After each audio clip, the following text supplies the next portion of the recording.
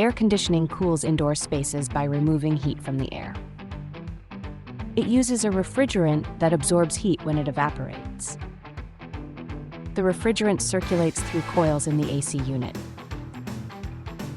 Warm air passes over the evaporator coils inside.